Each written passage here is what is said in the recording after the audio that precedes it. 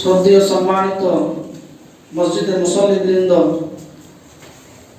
সমস্ত প্রশংসা সেই মহান রব্বুল আলামিনের জন্য, যে মহান রব্বুল আলামিন অন্যান্য সপ্তাহে যেরকম ভাবে আমাদেরকে সালাতুল জুমা আদায় করার তৌফিক দান করেন, অনুরূপভাবে সপ্তাহে আল্লাহ পাক রব্বুল আলামিন তিনি আমাদেরকে সমস্ত কাজকর্ম ত্যাগ করে সালাতুল জুমা আদায় করার তৌফিক দান করেছেন।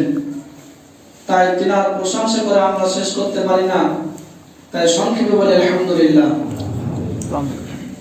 তারপরে পরে সেই নবীর উপরে দরুদ ও শান্তি বর্ষিত হোক, যিনি খাতিমুন নবিয়্যিন, যিনি সাইয়্যিদুল মুরসালিন হযরত আহমদ মুস্তাফা মুহাম্মদ মুস্তাফা সাল্লাল্লাহু আলাইহি ওয়াসাল্লামের উপরে দরুদ ও শান্তি বর্ষিত হোক। আল্লাহুম্মা সাল্লি আলাইহি ওয়া বারিক আলাইহি।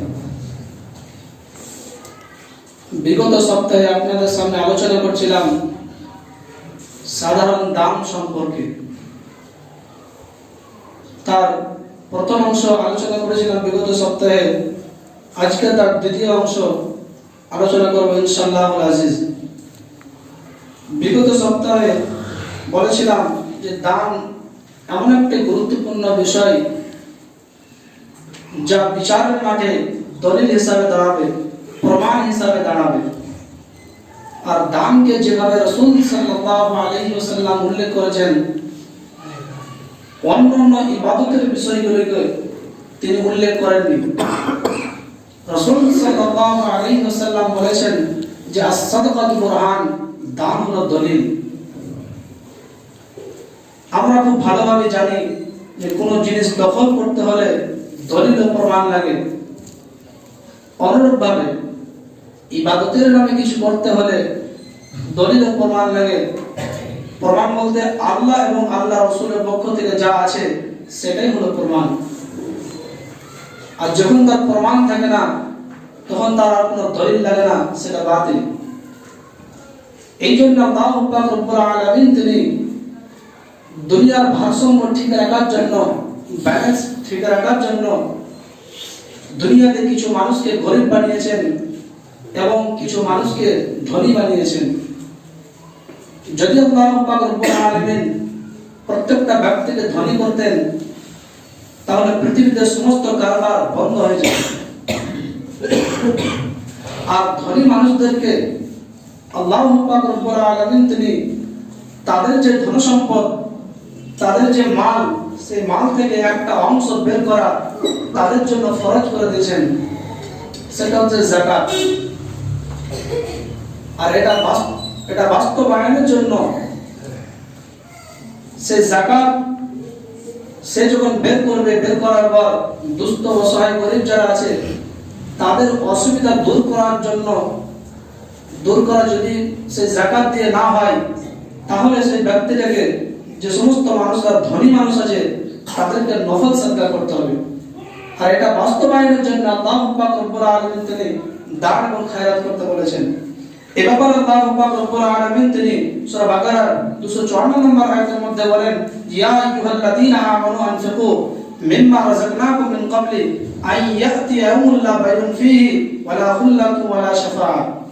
আল্লাহ পাক রব্বুল আলামিন তিনি বলেন, ইয়া আইয়ুহাল্লাযীনা আমানু, হে বিশ্বাসীগণ, যারা তোমরা বিশ্বাস করো আল্লাহকে, যারা তোমরা পরকালকে বিশ্বাস করো, যারা তোমরা রাসূলকে বিশ্বাস করো, যারা তোমরা ভালো এবং মন্দকে বিশ্বাস করো, ওই সমস্ত মানুষদেরকে উল্লেখ করে তিনি বলেন যে আনফিকু মিম্মা রাযাকনাকুম, আমি যে তোমাদের রুজি দিয়েছি তা থেকে তোমরা দান করো। আমি যে তোমাদেরকে যে খাদ্য দিয়েছি সেই খাদ্য থেকে তোমরা কি করো? দান করো।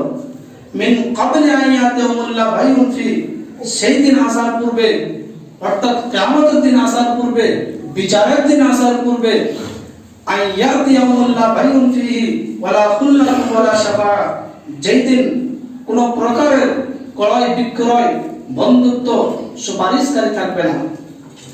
অত্র বিবরণে এটা বোঝা যায় যে আল্লাহ পাক রব্বুল আলামিন আপনাকে যে রুচি দিয়েছে, যে খাদ্য দিয়েছে, সেই খাদ্য থেকে আপনাকে একটা অংশ দান করতে হবে। এবং সেই দিন আসার পূর্বে আপনাকে দান করতে হবে। আপনি কোন কোনো গ্যারান্টি নাই বা আপনি জানেন না যে আপনার কখন মৃত্যু হবে।